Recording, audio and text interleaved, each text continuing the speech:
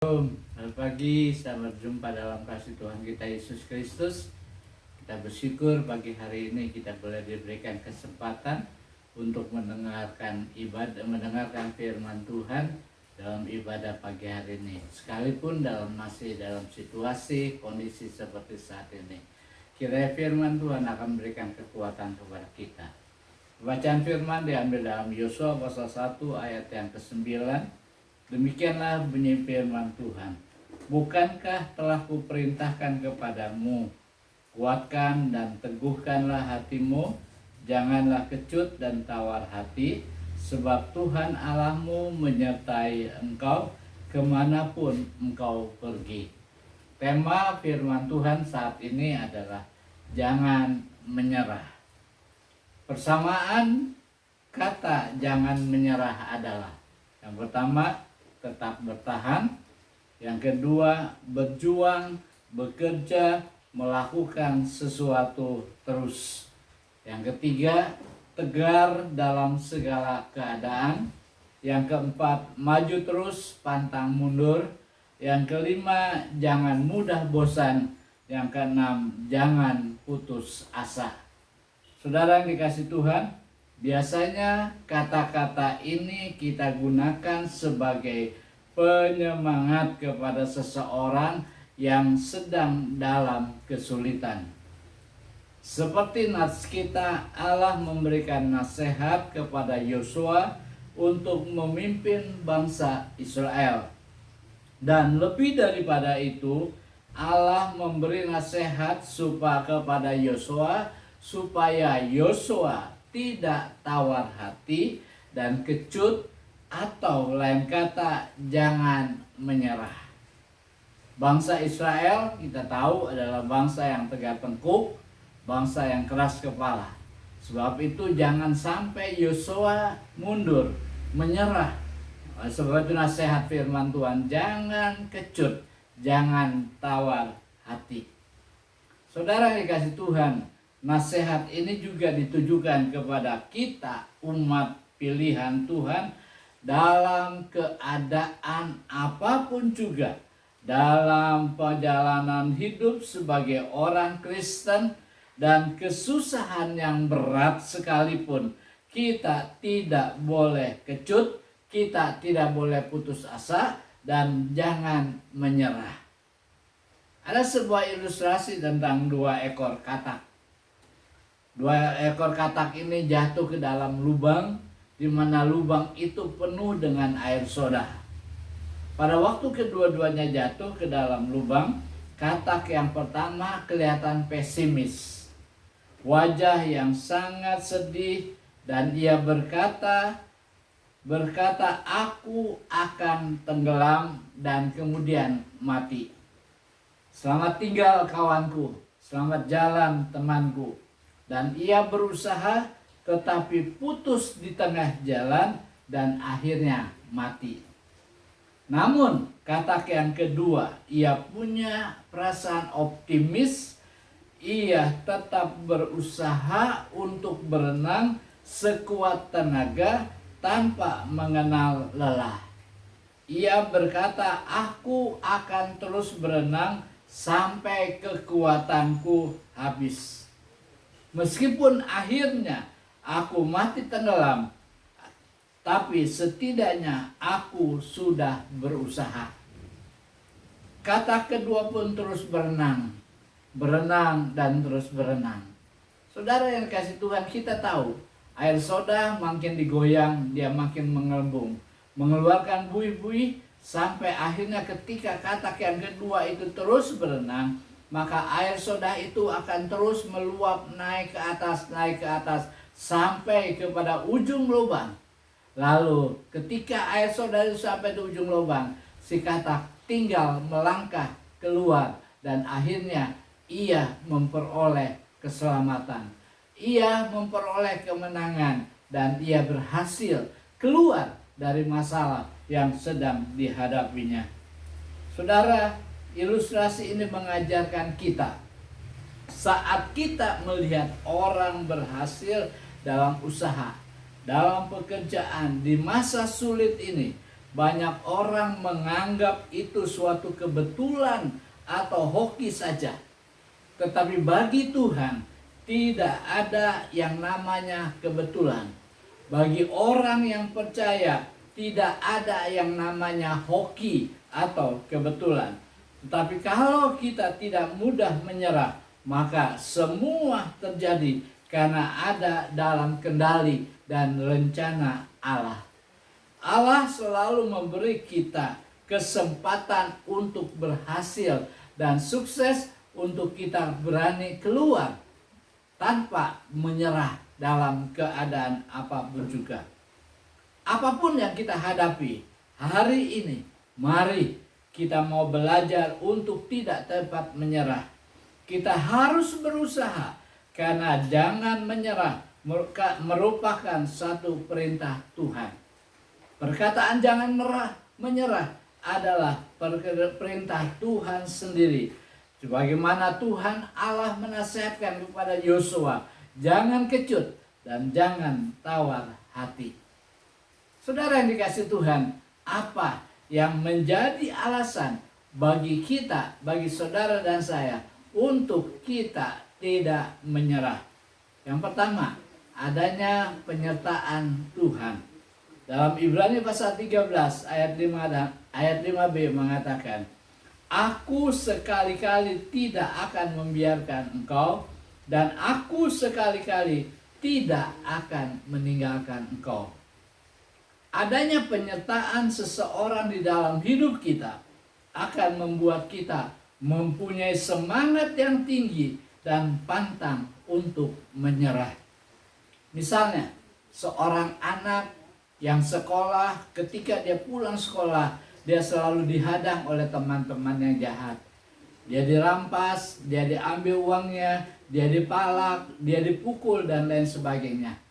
Anak ini mengalami penderitaan, anak ini mengalami kesusahan.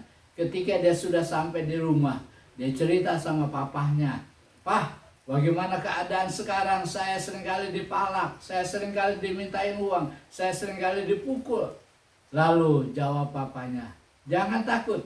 Besok papa akan menjemput kamu dan kamu akan pulang bersama-sama dengan papa." Besokannya anak itu sekolah, dan pada waktu sudah pulang, papanya mulai jemput. Dan ketika dia menjemput dan berjalan menuju rumah, anak itu melihat teman-teman yang jahat, teman-teman yang seringkali memalak, yang seringkali memukul. Ketika dia mengetahui bahwa anak itu disertai oleh orang tuanya, anak itu lari tunggang langgang. Anak itu lari, dia tidak berani memukul, dia tidak berani memalak, dia tidak berani melakukan hal-hal yang jahat, karena dia tahu ada orang tua yang menyertai anak itu. Ada orang tua yang menjemput anak itu, sehingga anak yang sekalipun jahat, dia tidak berani karena ada penyertaan orang tuanya. Demikian juga dengan hidup saudara dan hidup saya. Hidup kita seringkali menghadapi keadaan seperti saat ini. Seperti keadaan yang menakutkan, keadaan yang belum sempurna. Ada banyak orang Kristen yang menjadi putus asa dan menyerah. Ada banyak orang Kristen berkata, "Aku sudah tidak sanggup."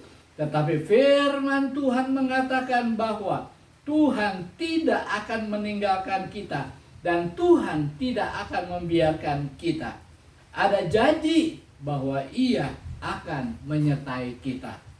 Firman Tuhan berkata dalam Yesaya 41 ayat yang ke-10, "Janganlah takut, sebab aku menyertai engkau. Janganlah bimbang, sebab aku ini Allahmu. Aku akan meneguhkan, bahkan akan menolong engkau. Aku akan memegang engkau dengan tangan kananku yang membawa kemenangan."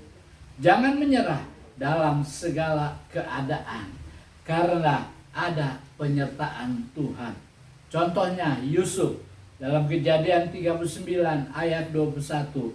Firman Tuhan berkata, "Tetapi Tuhan menyertai Yusuf dan melimpahkan kasih setianya kepadanya, dan membuat Yusuf kesayangan bagi kepala penjara itu."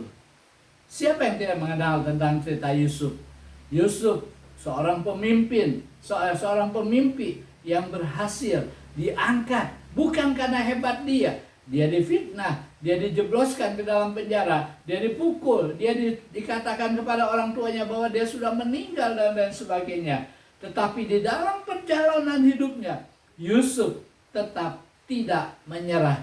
Sekalipun dia harus dalam penjara, sekalipun dia difitnah oleh istri Potifar, sekalipun saudara-saudara yang membenci kepada dia, dan lain sebagainya, Yusuf diangkat menjadi kepala dalam penjara. Yusuf diberikan kebebasan untuk melakukan sesuatu. Yusuf bekerja buat segala-galanya.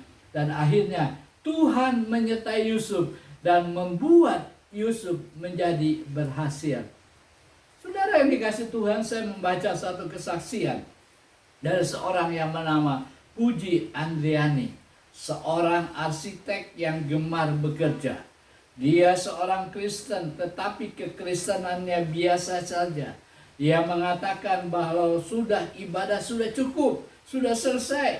Waktu ia melamar pekerjaan, ia diterima di sebuah perusahaan properti. Dan dia sangat bekerja keras sampai akhirnya dia diangkat sebagai asisten direksi. Dia sempat berpikir bahwa dia butuh Tuhan dalam kehidupannya. Tapi saat itu Puji berpikir, kalau seandainya ia tidak punya uang, ia tidak akan bisa berbuat apa-apa. Masalah di tempat kerjaannya terus bertambah.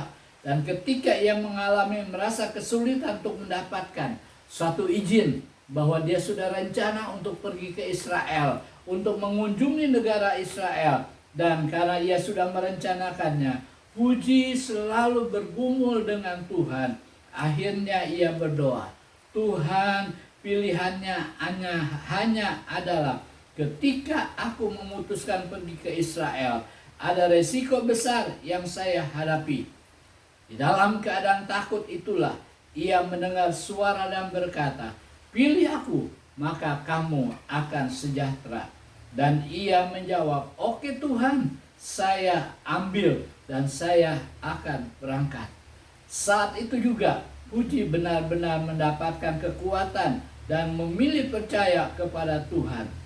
Setelah pulang dari Israel, dia merasa sukacita, dia merasa senang bisa berada di Israel, bisa melihat keadaan Israel. Dan akhirnya begitu dia pulang ke rumah dan dia memikirkan tentang pekerjaannya, dia minta izin dan izin itu tidak diberikan. Sehingga akhirnya setelah dia mengalami kesulitan, menghadapi asisten, menghadapi direktur, akhirnya Puji Andriani ini mengundurkan diri dari pekerjaannya. Puji mengalami pengangguran. Puji mengalami masalah dengan uang karena ia menganggur. Ia tidak mendapatkan gaji, ia tidak mendapatkan upah. Uang tabungannya mulai habis. Sekian cukup lama waktunya. Tetapi kemudian setelah dia mengalami hal yang demikian, dia sadar bahwa dia sekarang menelpon temannya. Dan pada waktu dia menelpon temannya, temannya langsung menerima dia. Bekerja di perusahaan properti juga, di mana perusahaan yang menjual properti pada waktu tidak ada yang laku karena sistemnya berbeda. Dan kemudian Puji Andriani mulai memikirkan bagaimana selama 3 bulan Puji Andriani bekerja di tempat-tempatnya, tidak mendapatkan gaji sama sekali. Setelah dia bergumul di tengah persoalan, di tengah masalah, ia tidak mengeluh, ia tidak menyalahkan siapa-siapa, tapi dia percaya bahwa untuk mengolah perusahaan itu, dia perlu pertolongan Tuhan, dia perlu mengharapkan bantuan Tuhan. Di dalam doanya dia berkata, Tuhan, Engkau tidak akan mempermalukan anak-anakmu. Saya hanya membuktikan bahwa Tuhan, dan saya kemudian berdoa sampai bulan Desember terjadilah satu transaksi. Akhirnya properti yang diperusahakan oleh perusahaan itu terjual, dan bulan Maret memang kering, Tidak ada satu properti pun yang terjual. Karena pada saat itu dalam masa PSBB, masa yang sulit, masa yang sukar. Tetapi bulan berikutnya setelah masa PBB, maka terjadi transaksi tunai. Ia menjual propertinya dengan harga di atas 1 M. Karena tidak ada properti yang diusahakannya dengan harga di bawah 1 M. Semuanya 1 M. Setiap hari ada konsumen yang datang, yang melihat dan menawar, dan akhirnya dia mendapatkan pertolongan Tuhan. Kalau ada penyertaan Tuhan dalam hidup kita, pasti ada pertolongan dari Tuhan. Jangan menyerah, maju terus, pantang mundur. Ada penyertaan Tuhan. Yang kedua, ada jalan keluar. Dalam 1 Korintus 10 ayat 13 firman Tuhan mengatakan, pencobaan-pencobaan yang kamu alami ialah pencobaan-pencobaan biasa yang tidak melebihi kekuatan manusia. Sebab Allah setia, dan karena itu tidak akan membiarkan kamu dicobai melampaui kekuatanmu. Pada waktu kamu dicobai, Ia akan memberikan kepadamu jalan keluar sehingga kamu dapat menanggungnya. Firman Tuhan mengatakan, ketika saudara dan saya dicobai, maka kita akan mendapatkan jalan keluar yang datangnya dari Tuhan. Alasan mengapa kita tidak boleh menyerah adalah karena Tuhan akan memberikan kita jalan keluar. Kalau saat ini dalam hidup kita sebagai anak-anak Tuhan sedang mengalami ujian dan pencobaan karena kita taat dan melakukan firman Allah, beribadah, menjalankan segala perintah Tuhan, maka kita jangan menjadi putus asa. Kita jangan menyerah, karena Tuhan kita tidak akan memberikan kepada kita pencobaan atau masalah yang tidak mampu kita atasi. Tuhan akan memberikan sesuai dengan kemampuan kita. Ada janji Tuhan bahwa Tuhan akan memberikan jalan keluar menghadapi dan menyelesaikan masalah dalam hidup kita. Contohnya adalah Nabi Elia. Dalam 1 Raja-Raja 17 ayat yang ke-6 firman Tuhan berkata, pada waktu pagi dan petang burung-burung gagak membawa roti dan daging kepadanya, dan ia minum dari sungai itu. Siapa Nabi Elia? Dia seorang nabi yang dipakai Tuhan. Ketika satu saat terjadi musim kemarau, Allah berkata supaya dia pergi ke sungai Kerit. Saudara, berbicara tentang sungai Kerit adalah suatu tempat yang sepi, yang tidak ada apa-apa, dalam keadaan kekurangan, di tengah-tengah musim kemarau, di tengah-tengah musim panas. Nabi Elia perlu makan, perlu minum. Tetapi ketika dia taat kepada Allah, dia menjalankan perintah Allah untuk dia berangkat ke sungai Kerit. Saudara, bagi Tuhan tidak ada yang mustahil. Tuhan mengirimkan makanan untuk Nabi Elia, roti dan daging setiap hari melalui seekor burung gagak. Kita tahu seekor burung gagak adalah seekor binatang, seekor burung yang makanannya adalah daging. Tentu ketika dia melihat daging, dia akan mencaplok daging itu dan dia akan memakan. Tetapi kita dapat belajar, Tuhan itu luar biasa. Tuhan memberikan jalan keluar, ketaatan yang membuat dia diberkati oleh Allah. Mungkin banyak di antara kita karena masalah, karena ujian, karena persoalan yang Tuhan izinkan terjadi dalam hidup kita. Seperti saat-saat ini, Tuhan izinkan kita berada di dalam pandemi COVID-19. Situasi yang sulit bagi saudara dan saya. Kalau Tuhan bisa memberikan jalan keluar kepada Nabi Elia di tengah kesulitan, Tuhan juga sama akan memberikan jalan keluar kepada saudara. Mungkin di antara kita berkata, kan dia Nabi Elia, dia kan nabi, dia seorang nabi, tentu Allah akan memperhatikan. Saya mau katakan firman Tuhan, Nabi Elia adalah sama seperti saudara. Namun kelebihannya dia selalu mengharapkan pertolongan Tuhan. Dia selalu berdoa kepada Tuhan. Dia selalu berharap kepada Tuhan. Dalam Yakobus 5 ayat 17 berkata, Elia adalah manusia biasa sama seperti kita. Dan ia telah bersungguh-sungguh berdoa supaya hujan jangan turun. Dan hujan pun tidak turun di bumi selama 3 tahun dan 6 bulan. Dia sama seperti saudara.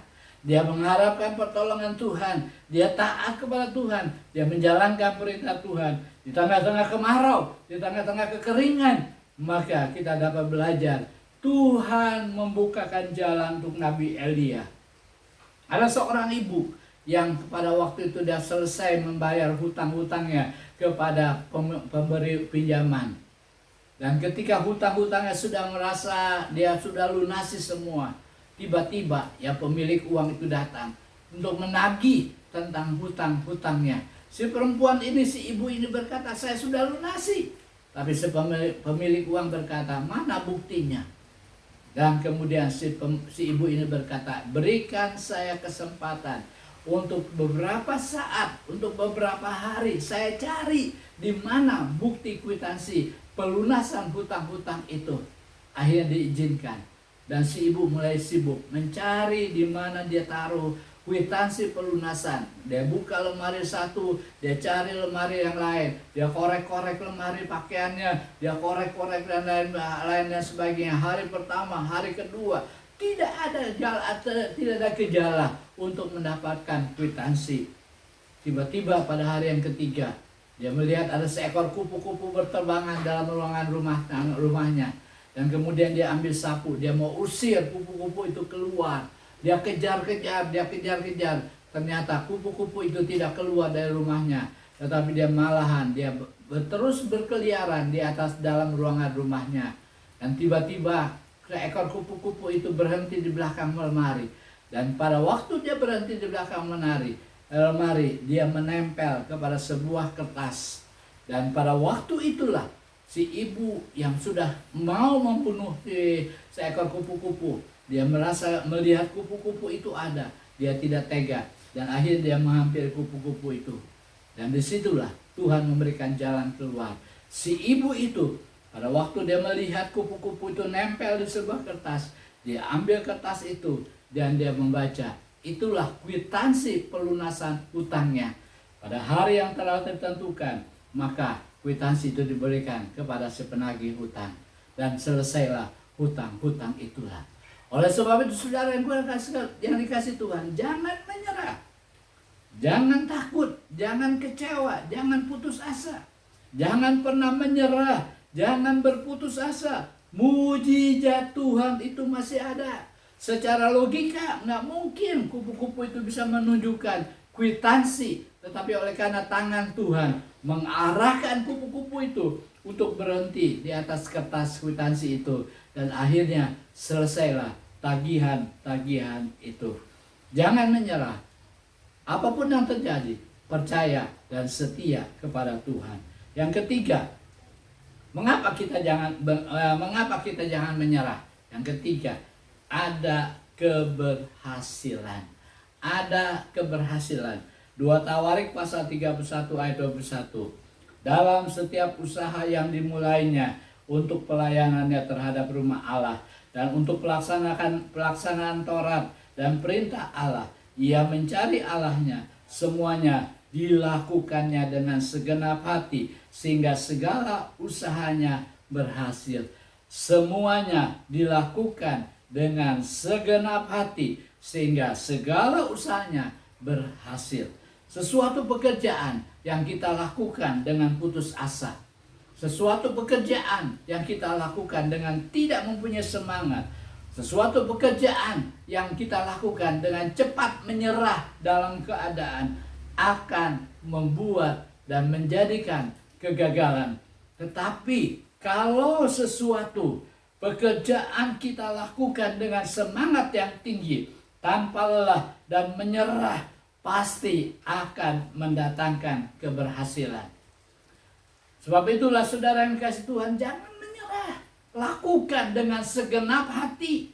Lakukan, jalankan segala tugas-tugas kita dengan semangat yang tinggi. Jangan menyerah, dalam keadaan sulit apapun juga, karena pasti ada keberhasilan.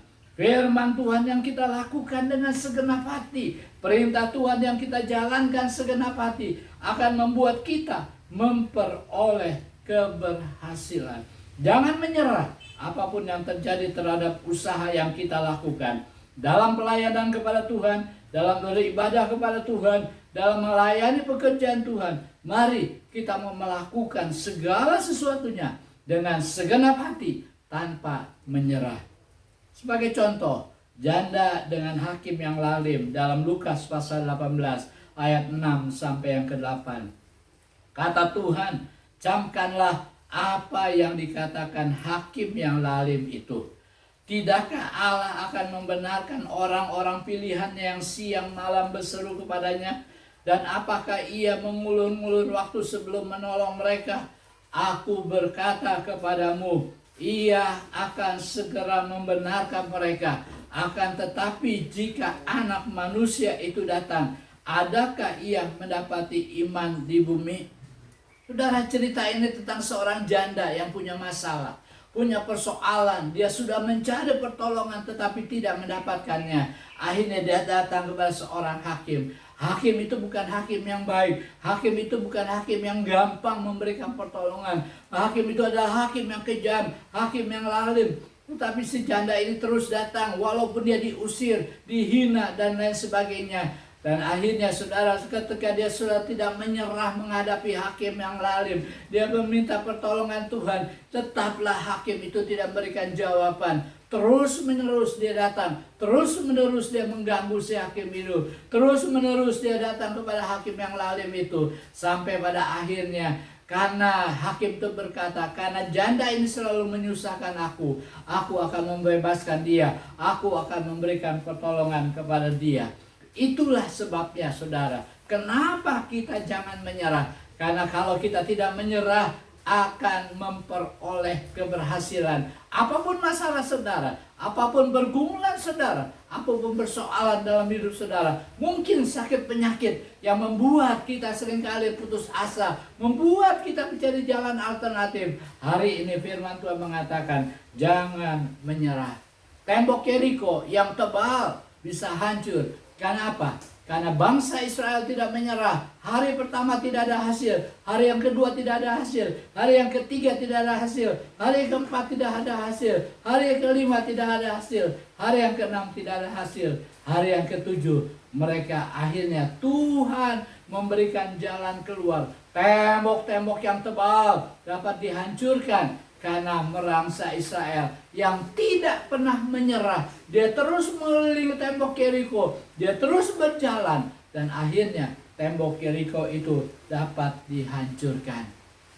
Masalah persoalan yang sudah sekian lama sedang kita hadapi. 6 bulan, 7 bulan kita menghadapi COVID-19.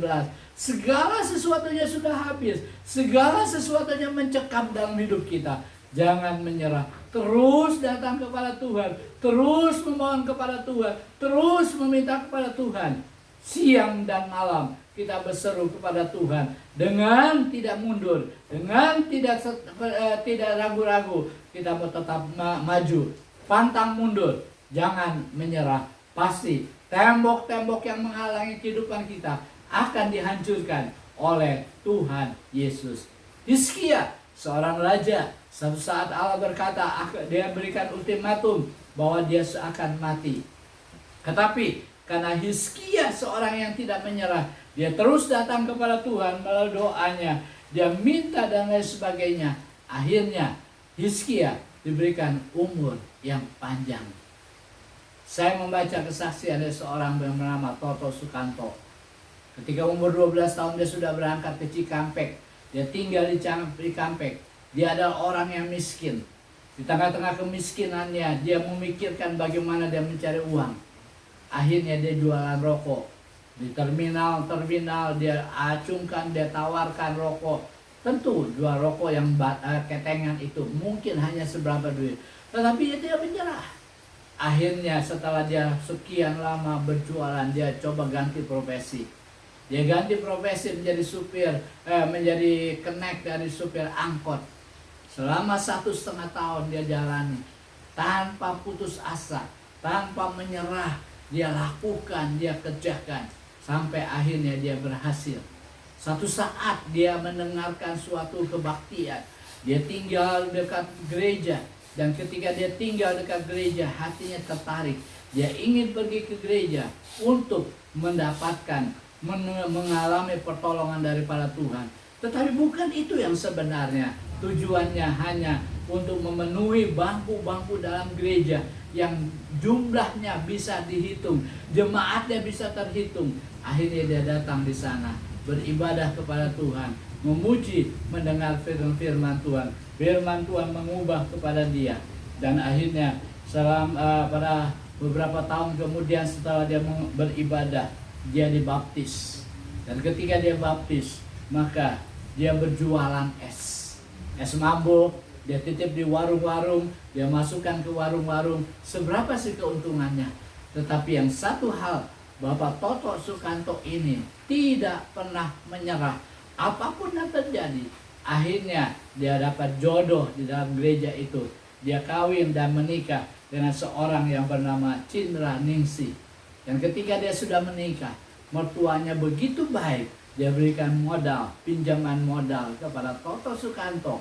Dan akhirnya dia berusaha, dia beli sebuah kios dari pedagang eceran menjadi agen, dan akhirnya dia menjadi berhasil. Dan dia diberkati dengan 2 orang anak, yang dua-dua anaknya berhasil mendapatkan gelar sarjana. Bahkan dia bisa pergi ke luar negeri. Karena apa? Tidak pernah menyerah.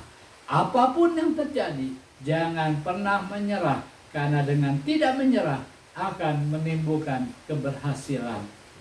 Saudara yang dikasihi Tuhan, tidak ada yang mustahil bagi Tuhan, dan tidak ada yang tak mungkin bagi Tuhan untuk saudara dan saya.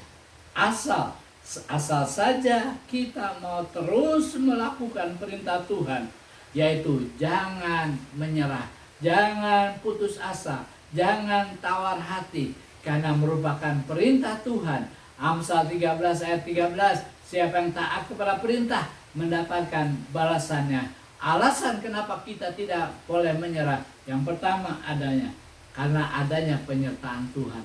Yang kedua, adanya jalan keluar untuk saudara dan saya. Yang ketiga, ada keberhasilan bagi kita. Ayat terakhir dalam Yesaya 40 ayat 31. Tetapi orang-orang yang menanti-nantikan Tuhan mendapat kekuatan baru. Mereka seumpama Raja Wali yang naik terbang dengan kekuatan sayapnya.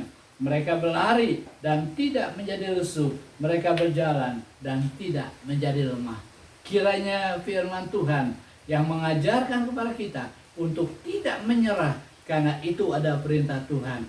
Kalau kita menjalankan perintah Tuhan, maka ada penyertaan Tuhan, ada jalan keluar, dan ada keberhasilan di dalam Tuhan. Tuhan Yesus memberkati. Amin.